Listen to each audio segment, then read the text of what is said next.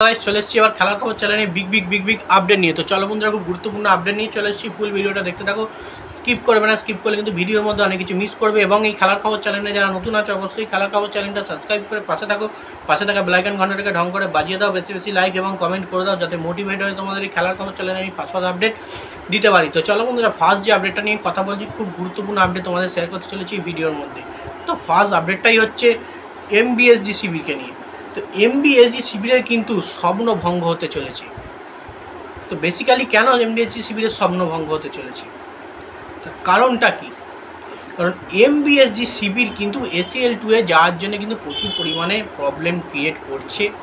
তো বেসিক্যালি আমি কিন্তু জানিয়েছিলাম যে তাদের বাঁধা নেই, তারা কিন্তু সব বিদেশি নিয়েই কিন্তু ACL2 এ খেলতে যেতে পারবে। তো এখন যেটা শোনা যাচ্ছে, এমবিএসজি শিবির কিন্তু সমস্ত বিদেশি নিয়ে খেলতে যেতে পারবে। এমনটা শুধু নয়, পুরো দলটাই যে নিয়ে যেতে পারবে না এমনটাই কিন্তু খবর উঠে আসছে। এবং কিছুটা হলেও এমবিএসজি শিবিরের গা বুড়ুতি আছে খেলা নিয়ে, তারা শুধু ISL-ই খেলতে চায়। সব চতুর্দিক থেকে আপডেট আসছে, সবাই আপডেট করছে, খবর বলছে, সঠিকই বলছে যে মোহনবাগান শিবির কিন্তু এবার ভেঙে যাচ্ছে।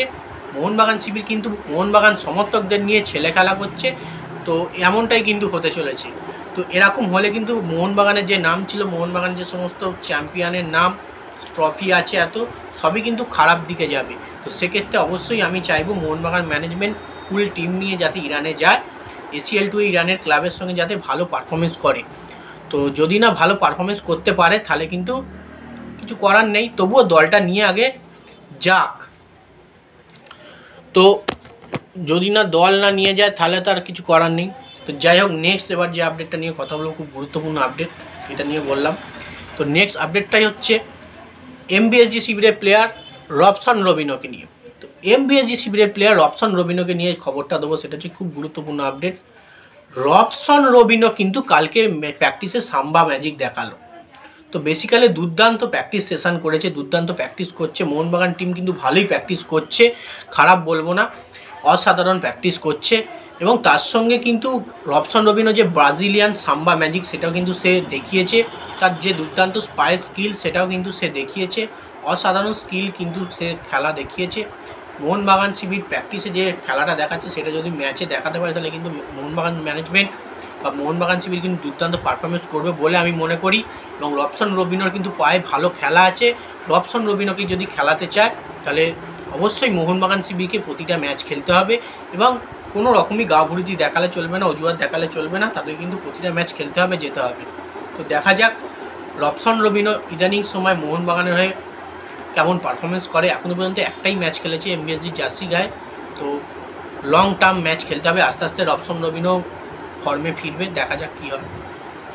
তো যাই হোক, নেক্সট যে আপডেটটা নিয়ে আবার কথা বলবো, খুব গুরুত্বপূর্ণ আপডেট, সেটা হচ্ছে রহিম আলীকে নিয়ে। রহিম আলী কিন্তু ভারতীয় দলে ডাক পেল। তো কোচ খালিদ জামিল, ভারতীয় কোচ খালিদ জামিল তো চান্স দিল রহিম আলীকে। চেন্নাইন FC প্লেয়ার, তোমরা জানো চেন্নাইন হয়ে প্রচুর পরিমাণে পারফরমেন্স করেছে। এবং এই রহিম আলী কিন্তু এবার ইন্ডিয়া টিমের আগেও খেলার এক্সপিরিয়েন্স আছে, প্রচুর ম্যাচেস খেলেছে।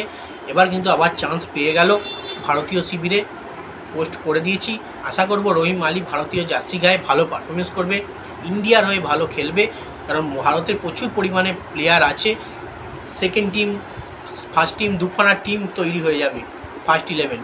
তো এমনই প্লেয়ার আছে। যেহেতু মোহনবাগান শিবিরে এই 7-8টা প্লেয়ার আছে, তারা যেহেতু কোনো প্লেয়ার দিতে পারছে না, সেই কারণে কিন্তু অবশ্যই রহিম আলীকে তার মূল রোল তাকে প্লে করতে হবে।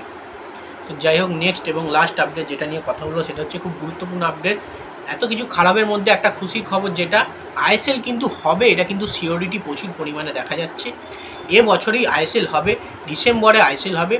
তো খবর সূত্রে কনফার্ম ডেট পাওয়া যায়নি, তোমরা এইটুকু জেনে রেখে দাও, যদি ডিসেম্বরে ISL হয়, ডিসেম্বরের 15 বা 20 তারিখ, 15 বা 18 তারিখ ধরে না, 15 বা 18 তারিখের মধ্যে কিন্তু ISL শুরু হতে পারে, এরা মিডিল করে।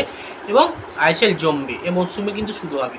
কারণ ISL হওয়ার সম্ভাবনা কিন্তু প্রচুর পরিমাণে দেখা গেছে, বাধা বিঘ্নি সব কেটে গেছে।